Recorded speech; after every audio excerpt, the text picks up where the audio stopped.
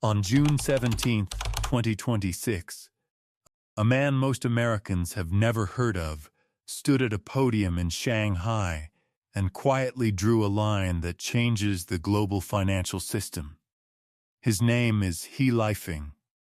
He is China's vice premier in charge of the entire financial system, the equivalent of having the Treasury Secretary, the Fed chair, and the head of the SEC rolled into one role and answering directly to Xi Jinping.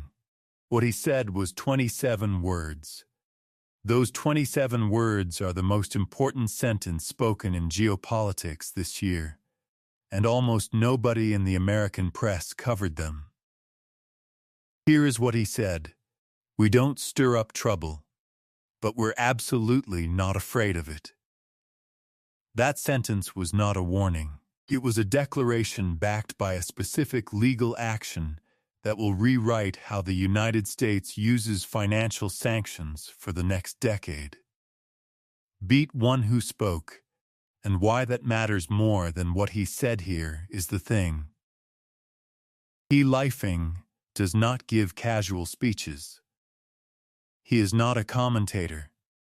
He is the head of the Central Financial Commission, a body Xi Jinping personally created in November 2023 to consolidate control over China's financial system. When He Lifeng speaks at a financial forum, it is because the message has been approved at the highest level. This is not diplomacy. This is signaling. And the signal was in where he said it. The Luzhizui Forum in Shanghai is China's equivalent of Davos. It brings together global finance executives and the country's top regulators. The last time a sitting vice premier attended this forum was 2019, before the trade war, before COVID, before the chip bans, before the Russia sanctions. 7 years of absence. Then He Lifeng shows up. Stop here for a moment, because the timing matters. 9 days before He Lifeng took the stage, the United States Pentagon added 188 Chinese companies to its military blacklist. Alibaba, Baidu, Neo, Trina Solar. Companies at the heart of China's technology and manufacturing economy. The largest single expansion of the blacklist in history. And 1 month before that, China did something it had never done before. It invoked its blocking statute for the first time, forbidding Chinese refineries from complying with U.S. sanctions on Iranian oil. The sanctions shall not be recognized, enforced, or complied with. That was the exact language. May 2026. First invocation ever. He Lifeng was not improvising. He was announcing the next phase of a strategy that has been building for years. Now here is where it gets interesting. Because the announcement itself sounds boring, anti-sanctions provisions embedded into financial law. But what that actually means is a financial weapon aimed directly at the mechanism America has used to project power for 80 years. Beat to the legal shield what it actually does. The United States has controlled the rules of the global financial system since 1944, since Bretton Woods. The IMF, the World Bank, SWIFT, the dollar as the global reserve currency. For over 80 years, that control has been the foundation of American economic power. Not military power, not cultural power, financial power. And the sharpest tool in that power has been sanctions. The ability to tell any bank, any company, any country in the world, if you do business with this entity, you lose access to the dollar system. And losing access to the dollar system means losing access to the majority of global trade. It is a binary choice: comply or be cut off. Here is a number that should stop you for a second. The United States currently has active sanctions on over 12,000 entities worldwide. That number has grown by roughly 60% since 2018. Sanctions have become America's default foreign policy tool, used so frequently that the Treasury Department's Office of Foreign Assets Control now processes more designations in a single month than it did in entire years during the 1990s. What He Lifeng announced at the Lujiazui Forum is China's direct response to this system. Beijing will embed anti-sanctions provisions Article 85 of the draft financial law that grant China the legal authority to impose countermeasures against any country that takes discriminatory prohibitions or restrictions against Chinese citizens or organizations in the financial sector, and to sanction nations whose actions are deemed to endanger China's financial security. Let that land for a second. What this means in practice is a legal trap for any global company. If a European bank complies with U.S. sanctions on a Chinese entity, China can now legally retaliate against that bank. If that same bank does not comply with U.S. sanctions, it loses access to the dollar. The bank is forced to choose between the American financial system and the Chinese financial system. Before He Lifeng's announcement, that choice was theoretical. Now it is legislative. The draft law is already in public comment. The State Council in April 2026 rolled out new rules to counter what it calls improper extraterritorial jurisdiction by foreign countries. The May 2026 blocking order was the first test. The Lujiazui announcement is the formalization. This is not a proposal. It is a declaration that China will build the legal infrastructure to make compliance with U.S. sanctions legally dangerous for any company that also operates in China, which is most of the world's largest companies. But here is where most analysis stops. It describes the move. It does not explain why China feels confident enough to make it now.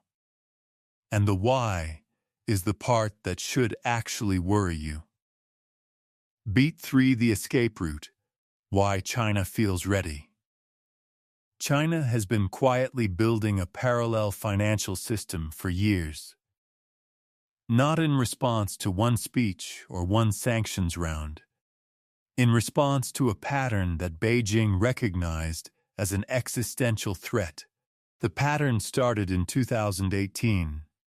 The first Trump administration hit Huawei with export controls. Then ZTE. Then a cascade of Chinese tech companies. China's initial response was words protests, counter-tariffs, diplomatic complaints. But behind the scenes, Beijing was studying something. The something was Russia.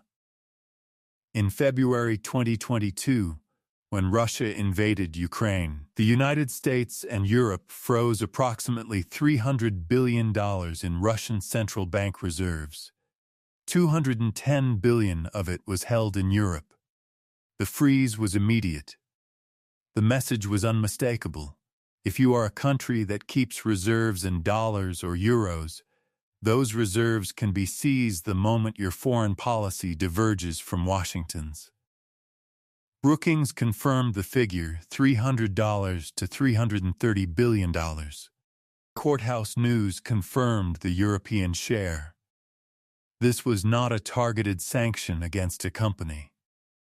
It was the freezing of a sovereign nation's central bank assets, the financial equivalent of seizing a country's gold reserves. Here is what Beijing learned from that moment. The dollar system is not neutral. It is not a utility. It is a weapon that can be pointed at any country, at any time, for reasons determined entirely by Washington. And here is the number that should stop you. China holds $3.44 trillion in foreign exchange reserves as of May 2026. That is over 10 times what Russia had when its assets were frozen. If the United States decided to freeze Chinese reserves, the same mechanism used against Russia, it would be the largest seizure of sovereign assets in history. Beijing looked at Russia and asked one question: how do we make sure that can never happen to us? The answer was a multi-year escape plan. 4 moves, all quiet, all designed to reduce China's exposure to the dollar system without triggering panic. First, gold. China has been buying gold for 14 consecutive months as of Q1 2026. Total official holdings reached 2,313 tons by the fourth quarter of 2025, up from 2,298 tons in Q2. In 2023 alone, China purchased 225 tons, the highest of any central bank that year. Central banks worldwide bought 1,044 tons in 2024, the 15th consecutive year of net purchases. Gold cannot be frozen, gold cannot be sanctioned, gold does not require SWIFT. Second, Treasury holdings. China has been steadily reducing its U.S. Treasury portfolio. As of April 2026, Chinese holdings stand at approximately $651 billion, down $86 billion since November 2025 alone, and the lowest level in 17 years. Each reduction is a deliberate de-risking move. Third, CIPS. China's cross-border interbank payment system is its alternative to SWIFT. In 2024, total volume passing through CIPS rose 43% to $175.49 trillion, approximately $24.45 trillion. By March 2026, daily average transaction volume reached $134 billion. It is still smaller than SWIFT, but it is growing at a pace that suggests it is no longer experimental. It is operational. Fourth, bilateral trade agreements. China has been negotiating currency swap lines and trade settlement agreements with Saudi Arabia, Brazil, Iran, the UAE, India, and Indonesia, allowing trade to be settled in yuan rather than dollars. Each agreement removes one more transaction from the dollar system. Each one makes the U.S. sanctions lever slightly less effective. The escape route has been under construction since 2022. He Lifeng's speech at the Lujiasui Forum was the moment China signaled it is confident enough in that escape route to start building the legal wall around it. But here is what I also found.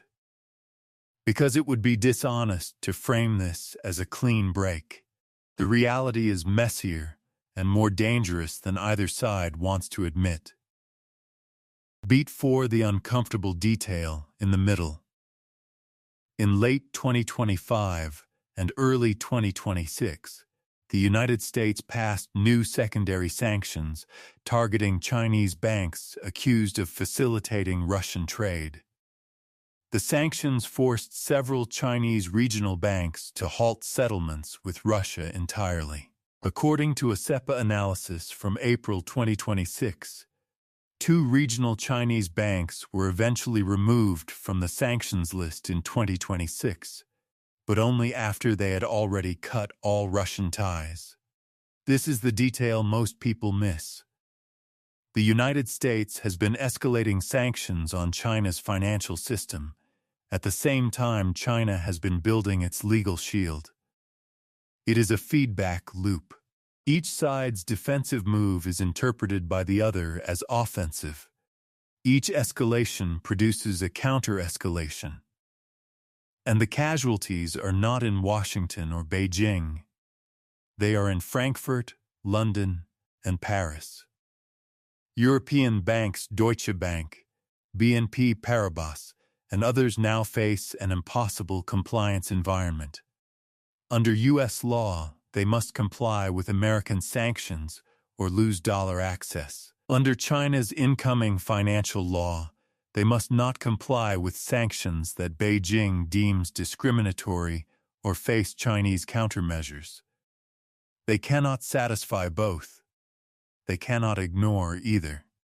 The immediate market reactions to He Lifeng's speech tell the story.